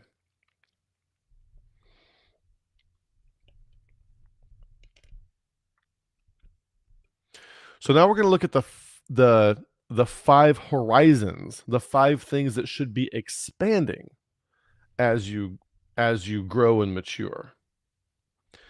And the serenity prayer, as Robert points out, is a really good one. Grant me the what does it say? And the wisdom to know the difference. It's about the things you can control.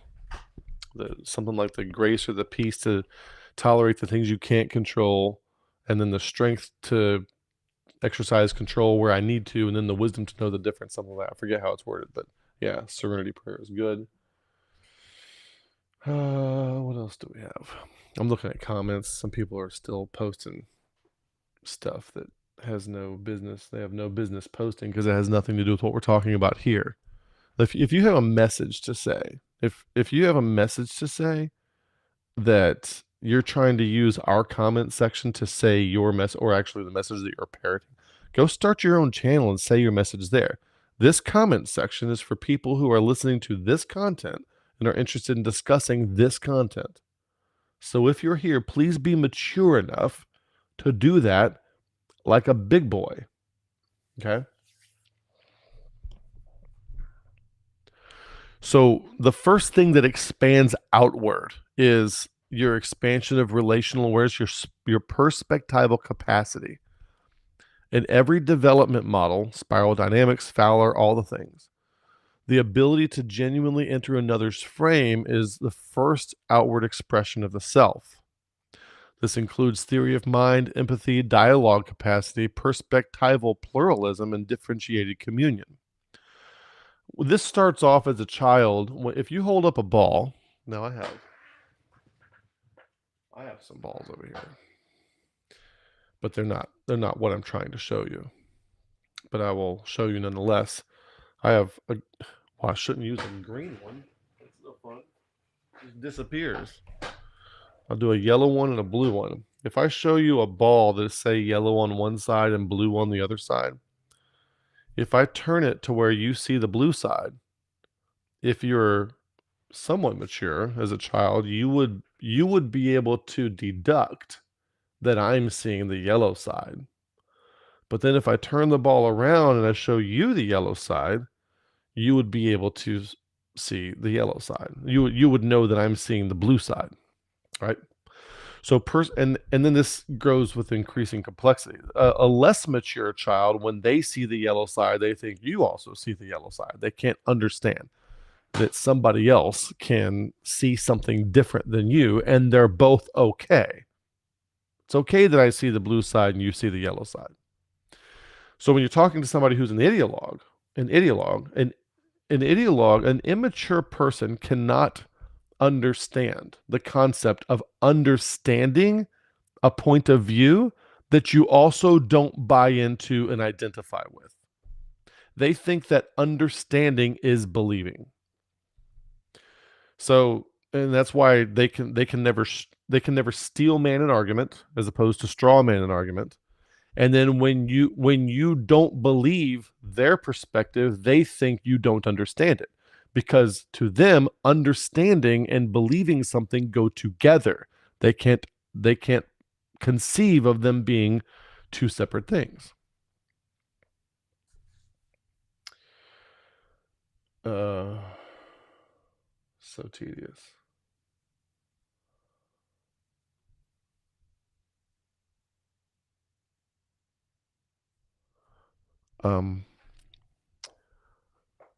So perspectival capacity, the person. And so, for example, when I've been posting videos on against Calvinism lately, the Calvinists, they always show up in the comment section thinking there's no curiosity, there's no questions. They don't understand my position. They think I support Arminianism and free will and election by foreknowledge. I think I support all these things, and I don't. Okay. Or that I'm going to advocate for those things, and I don't.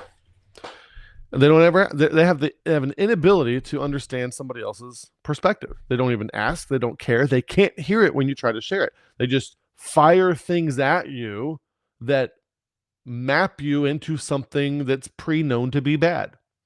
Oh, you're a Pelagian. You're a this. You're a that. They can't hear you. Can't even hear you say 5 words, and that's a mark of ideology. It's a mark of immaturity.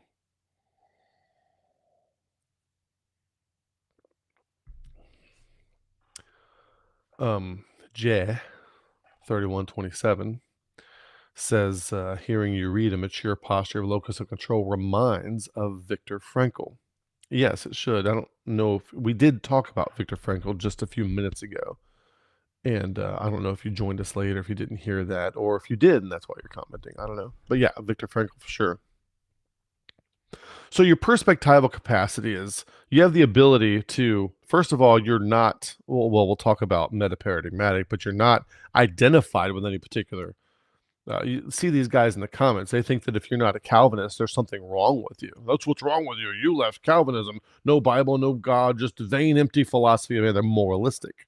That's they can't understand another perspective. And other perspectives are morally bad. That's a sign of immaturity. Okay. So in one sense, it's annoying that these people have come into the chat. In another sense, they are good object lessons of of bad examples of what not to be and what not to do. The second thing that should expend outward as you mature is your agentic capacity, your expansion of effective influence. This is the outward correlate of the inward locus of control. As internal agency grows, outward agency expands. And this includes the ability to affect change, to make things happen. Probably one of the best examples of this is some of the, like Jeff Bezos, who doesn't shop at Amazon. How much has he controlled, affected change in the environment in which we all live? That is agency. I am filming this and live streaming it on an Apple device right now. So there's, Steve Wozniak, Steve Jobs, and those folks. And a lot of you might be watching it on a smartphone. So, I mean, those smartphones went from, cell phones went from some people had them, some people didn't, to everyone's got a smartphone. Practically everyone's got a smartphone. Talk about affecting change. That's a big change. And now AI is changing. The internet changed things. People have to do things. So we are co-creating our reality as we go, whether we like it or not. Whatever you're doing right now, your future will be in a place where you did what you're doing right now. So when I take a sip of this coffee cup here, okay, I now live in a future where I have taken a sip of that coffee, and that cannot be undone. And that has trajectory implications. Yes. Nicholas has a good point here. The trolls have exposed themselves and have proven some of the points you've made thus far. So yeah, they're good, good illustrations. Case in points.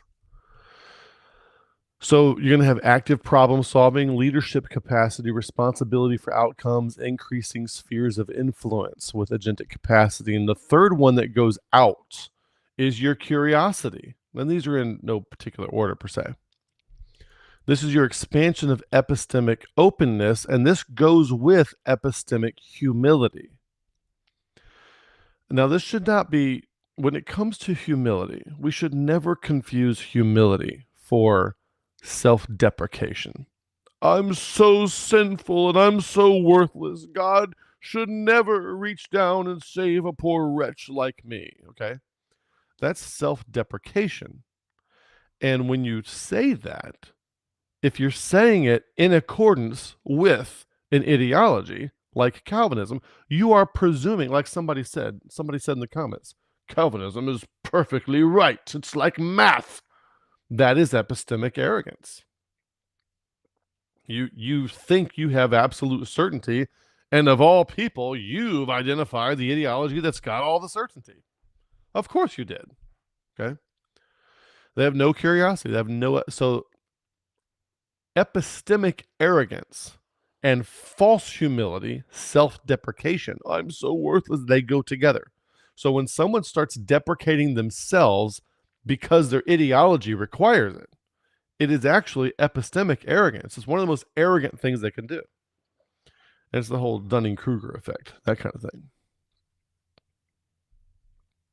Or was that guy who said Calvinism is so perfect it's like math and it has no...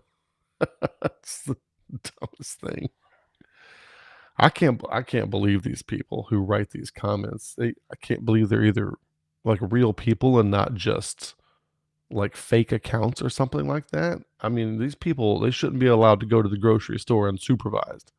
I mean, these people are not well. So with curiosity, you're going to have epistemic humility. So people are really they're not bought in to a particular ideology. They are like if they're a young Earth creationist, they can actually listen curiously to an evolutionary biologist and see what they have to say. And if they're an evolutionary biologist, they can actually listen to someone like Michael Behe and see what he has to say. Okay. And they're genuinely curious. They genuinely want to know. And if the way they understand things is flawed, the reason they're pursuing science or any line of inquiry is to discover those flaws and update the way they see things instead of being so pre-committed to how they see things and everything else is evil. You see? So this corresponds to the curiosity with epistemic humility. It corresponds to Fowler's transition to individuative reflective faith. And you can all these other the relevance realization with Vervaeke and right hemisphere openness to novelty that we get from McGilchrist. Curiosity is a developmental marker, and it is one of the things whereby you can very quickly assess where somebody is. If somebody is just coming at you, as soon as they recognize you don't share their ideology and they're just coming at you, they got no questions, they're not curious. How did you come to these conclusions? You know, they're not curious at all. They're immature as can be. And you're probably not going to get very far with them. You might as well talk about something else, deflect, or engage in the kind of behavior that will disabuse them of their unconscious programming without trying to put something else on top of them, without trying to indoctrinate them to how you think, but just try to alleviate them of how they think. And that might involve reductio ad absurdum. Ask them questions to the where they start to see the flaws, not sophomoric sophistry questions where you're trying to lead them into a goal that you have, but just poke a few little holes and see if they notice the inconsistencies in their ideology. The fourth one that moves outward is your scope and footprint and quality of awareness. Now, your scope of awareness might make you want to, in case you missed this earlier, we talked about somebody who they wanted to prevent malaria in a certain part of the world, and so they did these things to poison the mosquitoes, and they prevented malaria, but they also disrupted the food chain, which resulted in a bunch of crops failing, and then more people died from starvation than would have died from malaria, or then died from malaria the previous year, that kind of thing. And so they had a large footprint, a large scope of awareness. Oh, I want to help those people who are dying from malaria. But they didn't have good quality of awareness. Their actions weren't getting the intended results, and they had unintended consequences where more people died than they were trying to save. So you got to think about these kinds of things. Expansion of systemic consciousness, temporal breadth, past and future awareness, spatial geographic breadth, complexity, consciousness, interconnectedness, second and third order effects, sensitivity, understanding these things, emergent properties and systems thinking. Everything's interconnected. And if you change something in a complex system, you're more than likely, regardless of your intent, you're more than likely going to break something more so than you're probably going to fix it. And a lot of these young folks with all these great big ideas about how we should do government and all this sort of stuff, they don't get the second and third order effects. I remember when my oldest two daughters, they were probably, I don't know, 5 and 8. And we were going to go get a hot dog somewhere, and we were lamenting at the prices, like high prices. I can't remember where we were. And the kids were like, well, when I grow up, I'm gonna open up a hot dog stand that just gives people hot dogs for free. I'm like, that's a great idea. I think you should do that. Where are you going to get the hot dogs? Are they going to give them to you for free? I mean, if so, great. Who's gonna work the hot dog stand? Are they going to do that for free? Where are they going to get their subsistence? How are they going to pay their rent and everything? And I had to think about it for a second. Oh, I don't think about that. And the problem with Calvinists and provisionists and things like that is there's a little more complex than that, but there's just a lot of things they haven't thought of. And so you can so your footprint of awareness, you need to have a very humble, realistic view of the quality of your awareness. Because if you're going to go make some changes to something, chances are you're going to break more than you're going to fix. Not that you're meaning to, but things do be complex.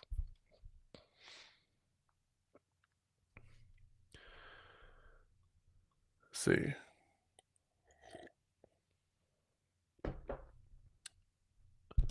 Yeah, a lot of ideologies will do this self-deprecating thing, this feigned humility, because they're setting you up for something they want you to do or buy or say or something. Yeah, very much so. Under their own theology, it's strange that they don't even get into it with those who don't believe it. Under Calvinism, isn't God who decides that? But yeah. Yeah, it doesn't make any sense why a Calvinist would try to promote or argue their viewpoint, because in their doctrine, I'm believing what I'm believing by sovereign decree of God, and they couldn't overturn it if they wanted to. Scope or footprint, we've covered that one. And the last one, this is a really big one that people don't get, is to become meta-paradigmatic. Now, a paradigm is like your worldview, okay? It's the way you see things. And a paradigm serves three functions. Number one, it is to help you respond to reality. And number two is to update the paradigm. And number three is to conserve the paradigm. Or the second one is to conserve the paradigm. The third one is to respond to novelty. Okay. That's what a paradigm is supposed to do. Help you react to the environment appropriately, conserve the paradigm, respond to novelty. And in no particular order. And as long as your paradigm's working, say your paradigm says, apples fall from trees at 32 feet per second and it accelerates at 32 feet per second. Well, as long as that keeps happening, you're fine. But then if you have never seen a bird before and you see a bird falling and then suddenly they swoop up and they start flying up, I'm like, well, I need to adjust my paradigm. There's something wrong. Or, so now you have two choices. Like say, well, my paradigm's right and things fall and that thing's wrong. Or you can adjust and update your paradigm to account for what's going on with birds. And then you had to, now it could be complicated. You have to develop theories of, wind speed, velocity, whether or not it's an African or European swallow, and lift and Boyle's law. You have to learn, you have to come up with all that kind of stuff. And that's complicated. Who wants to do that? It's a lot easier just to say it's wrong and stick with my paradigm the way it is. See? And that's what ideologues do. That's what Calvinists and provisionists, that's what they're doing. And it's hard to get out of that cycle. It's a vicious cycle that's, you don't know you're in it.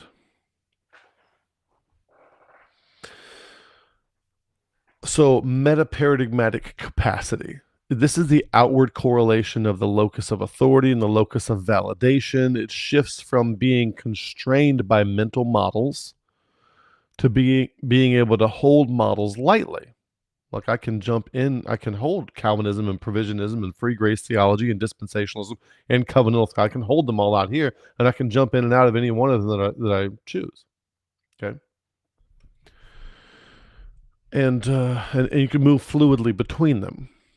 Now, what would be, in reality, I always like to do the grocery store test. All these different systems of theology that we're mentioning.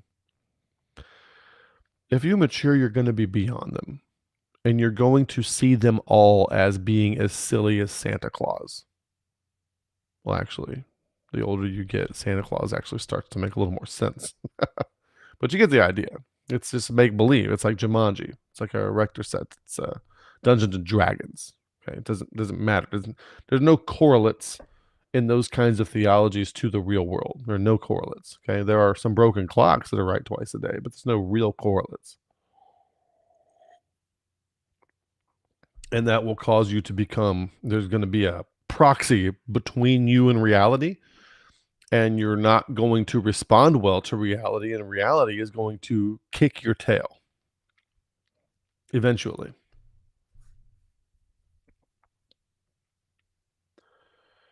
We have an entire series on Colossians, which you should probably go listen to instead of just spouting ideology. I'm removing comments from people that just can't, the immature folks who can't seem to just participate in a mature way with the content that we're addressing here.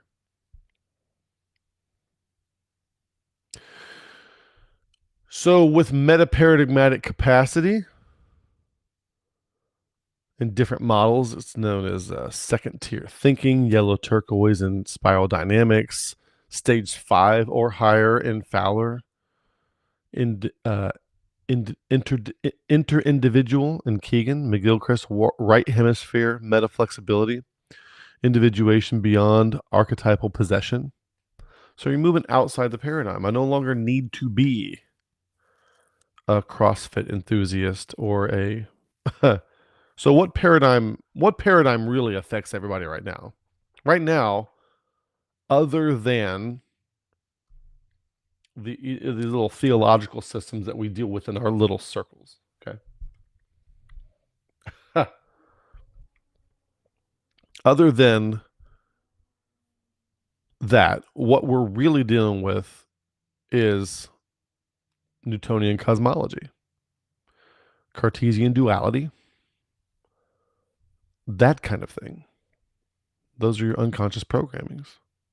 Okay. Post-Enlightenment rationalism, materialist reductionalism. So all the Calvinists who are commenting down here, they don't know. They're blind to the fact that they are Cartesian. I got somebody over here who keeps posting Colossians 2:8. Beware lest philosophy spoil you. Any man spoil you through philosophy or vain deceit, according to the traditions of men, after the rudiments of the world, not after Christ. That kind of thing. I think I quoted the King James, and he's got it in something else. But what he doesn't realize is that he is promoting Cartesian dualistic philosophy by being a Calvinist. His intuitions are formed by Newtonian cosmology. He is a materialist reductionalist. He's operating in accordance with post-Enlightenment rationalism. You see, how do you become meta-paradigmatic outside of all that? How do you stop being held down by those things? Propositional normativity, okay? People who are posting all this stuff, they're subject to all those things. And it's as silly seeing them. It's amazing they have the ability to type, because seeing them say these things is like, seeing a toddler do something. It's sad to see people, the sea turtles who will never make it, the adults who will never make it to sage stage of their life. This is not going to happen. So becoming metaparadigmatic. And what do I have here? And then seeing clearly is a concept that would come after. When you put all this together, the Bible, I have a video out there called Seeing Clearly. And seeing clearly is the emergent result of the other 5 things converging, including the 5 loci of maturity coming into the self, and the 5 horizons expanding out farther. The more both of those happen, the more clearly you can see. And the more clearly you can see, the less you need to rely on the particular arrangements of words. And the reason people in here need to rely on particular arrangements of words, like I need to adhere to Calvinism, is because they can't see clearly. They need the GPS because they can't see the landmark they're headed to. They can't see it. So seeing clearly is the outward manifestation of internalized loci, the first 5 things we covered, and an expanded perception and consciousness of things that move outward. In metaphorical terms, seeing clearly is what happens when the mind no longer needs the world to conform to its biases, but you can see it as it is. So it's a seeing clearly is more of a practical summary of all these things rather than a separate category. So in 1 Corinthians chapter 13, verse 12, Paul says, and I'm a little Bible app here. For now we see through a glass darkly, but then face to face. Now I know in part, but then shall I know even as also I am known. So there's a component to growth that gradually brings vision with it, the ability to perceive and see things very clearly.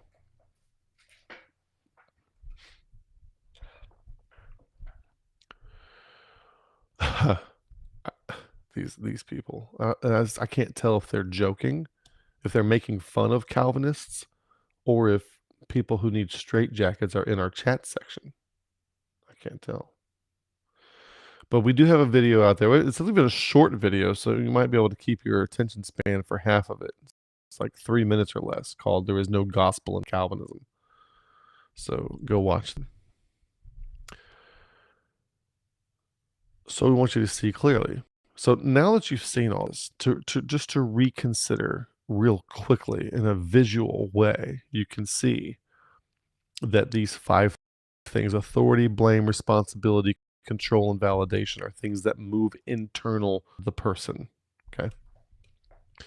And then there are things that move outside, away from the person, that grow in their ability, and that is perspectival capacity, agentic capacity, curiosity, your scope and footprint of awareness, and metaparadigmatic.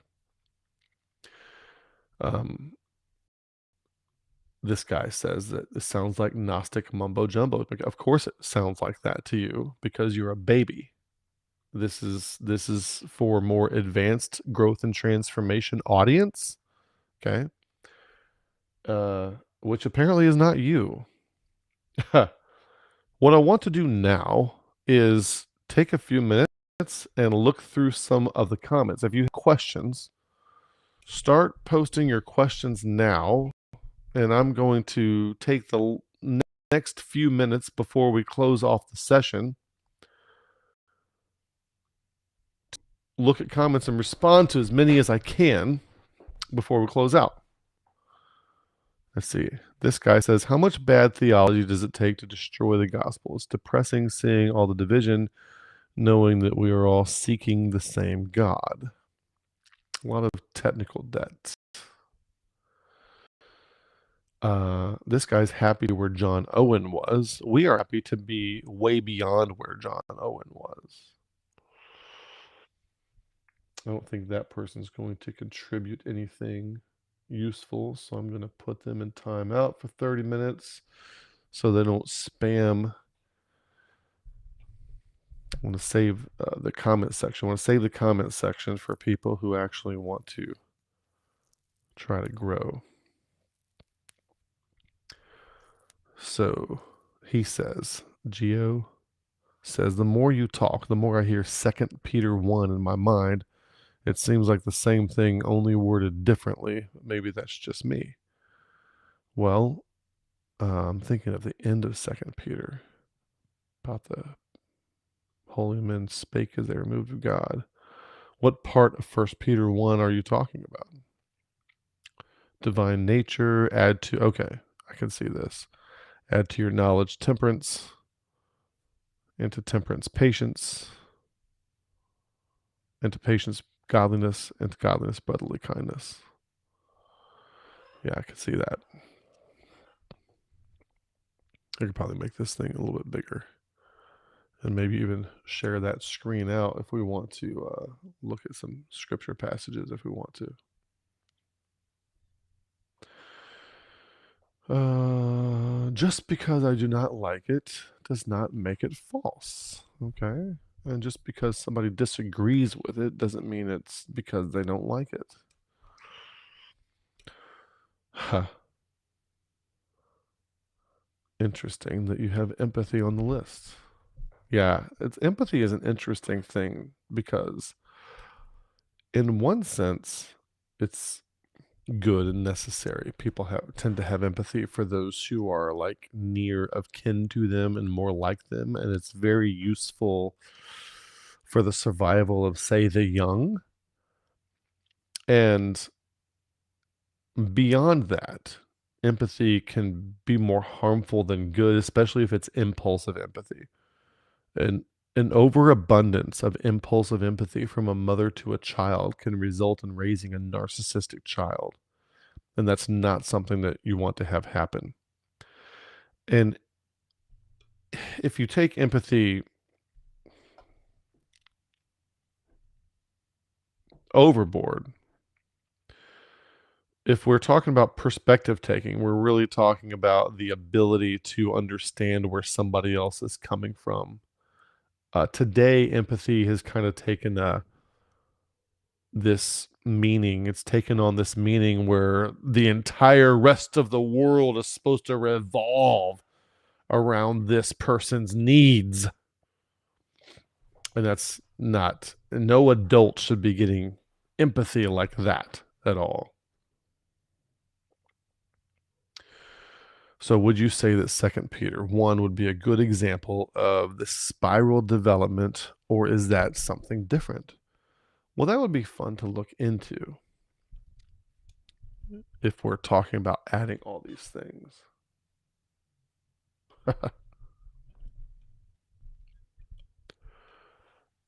Giving diligence to add faith to virtue and virtue to knowledge. So it depends on what you mean by these words. Because the word for faith in the Bible, the way I now understand faith, which has taken me years to come to this, is that faith is the embodiment of trust, fidelity, and reliability. And then to expand that further in the movement toward some kind of proper orientation associated with a goal. And an example of faith that you would see every day is like somebody saying, I think it's worthwhile to build a bridge over this tunnel. You're committing yourself to bring about the existence of something that doesn't exist yet because you have a vision for it to be there and you think that it will be beneficial. And when you move toward the goal of building that bridge without the certainty that it will even be possible, that's faith. Movement with vision, and having full fidelity, trust, and reliability embodied in yourself when you move. So you're not, you know, half-heartedly putting the ark together. Well, if the giraffes drown, they drown. You can't be like that. You got to be all in. If you're committing to do it, that's really what faith. Look at faith in Hebrews 11:7. When you start describing what the Bible really means by that, so you could really dig into some of this kind of stuff.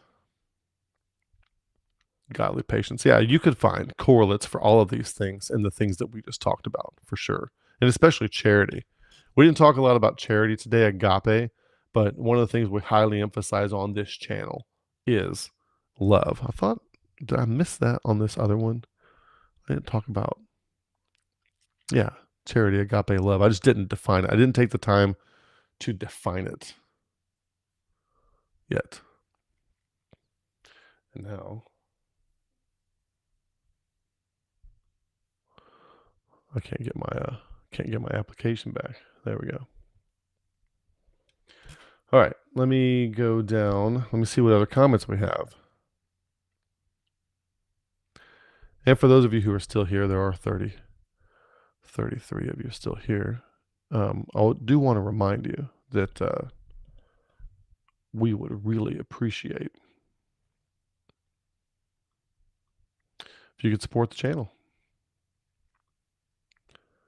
I'll just show this real quick. Oh, stop that. Apparently can't get rid of that. Yeah, we would appreciate it if you would support the channel. We couldn't do this without people like you, so think about that. What else do we have? Let me get rid of this and go back to this sign here. See, I think we had a couple. Let's say here. Those therefore, with whom it reprobates is not okay. Oh, somebody's quoting Calvinists. Well, let's go fix that. We don't.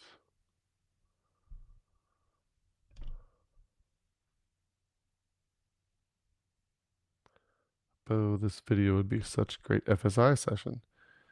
Yeah, I'm looking forward to doing FSI again soon. For those of you, some of y'all are aware of the situation that I'm going through, and that is there's a lot going on with that. I was just this past Wednesday night, I spent time drafting and proofreading some stuff going along with that situation. Those of you who know. And this kind of thing. A man never in any instance wills anything contrary to his inclination. Like, why would I understand? I don't understand Calvinists who run around saying sola scriptura and then they feel the need to quote stuff like this. Why would they quote stuff like this? Why not quote from Acts chapter 10 or Romans chapter 2? Why don't you try that? We do not advocate free will as an axiomatic premise. All right, I don't see any new comments popping in. I appreciate those of you who hung out for the comments that we do have. I don't know why I can't get this thing to participate like I want it to. And let me just reiterate real quick. Thanks. We are on other social media platforms. Thanks for that. And before we go, please do consider reaching out and supporting what we got going on here. I think this work is very important. I really believe, and I'm really believe this.